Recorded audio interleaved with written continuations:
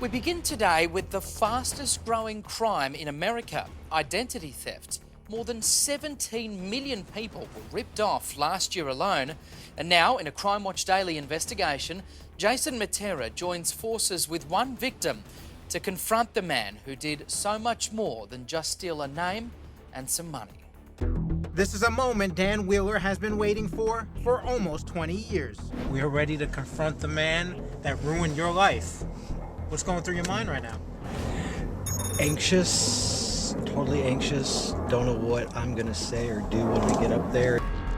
He's sitting outside of the house of the man who stole his identity and the life he planned to live. It's a scary thing knowing that I can be arrested at any time that this guy uses my name again. Crime Watch Daily helped Dan track down his identity thief in Portland, Oregon. So our mark just arrived at the house. We're positive it's him.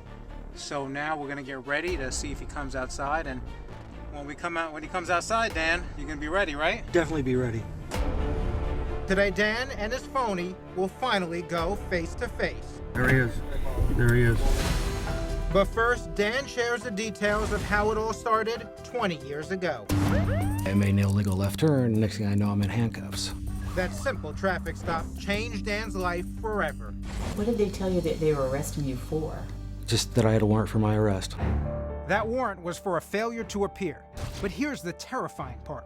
The officer told Dan he was listed as a registered sex offender. I was shaking. The officer pulled up the mugshot for Dan Wheeler, and it clearly wasn't him. Someone had stolen his identity. He was released, but still shaken. Even after I got to work, I was still shaking.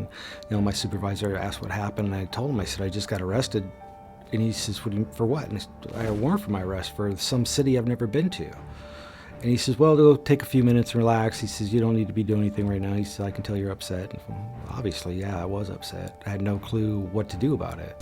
Despite the mugshot mismatch, Dan's problems were just starting.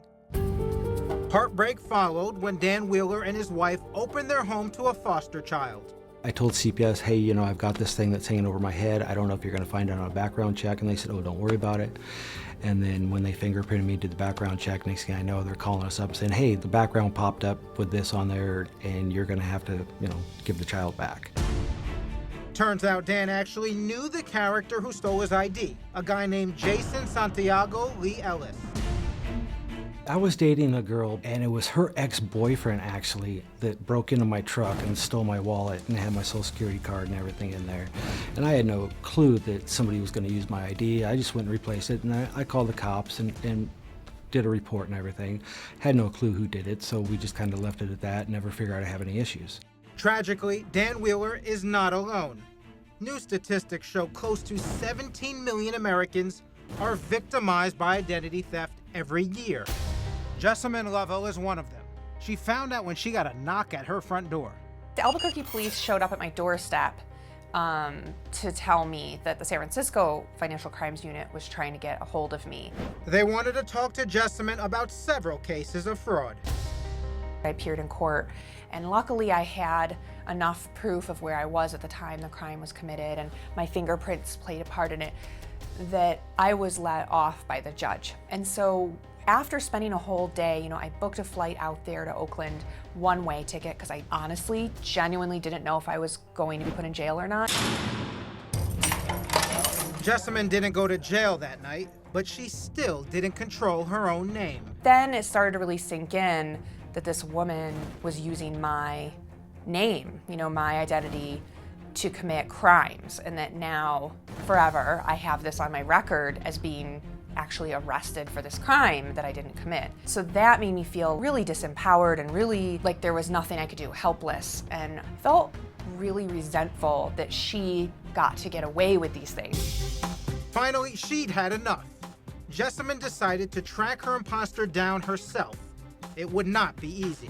I spent several $1,000s hiring a private investigator and a team of men to go out and find her and follow her and photograph her.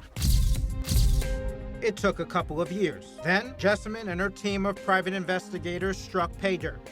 The woman who had stolen Jessamine's identity and made her life an unending hell finally had a face and a real name: Erin Hart.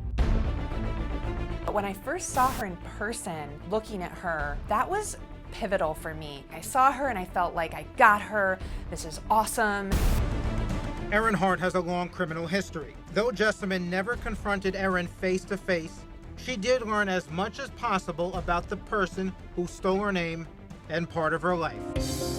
Last I heard, Erin Hart was homeless and she was struggling making the transition from being out of jail and being on probation to making a life for herself. And that's not something that I've ever had to deal with. I can only imagine moving from living in jail to having to live outside and having a record. I have a lot more sympathy and understanding for why someone would continue to commit crimes, even though they've already been caught before. I don't think any of us really can judge someone until we've walked in their shoes. Jessamine is so forgiving, she put on an art exhibit about her hunt called Dear Erin. She even sent Erin an invitation to the opening. She didn't show. I think that I'm really fortunate that I had the faculties about me to just take something that happened to me and do something with it. And that's something I feel really proud of and I feel like was the best thing that could have happened in this situation.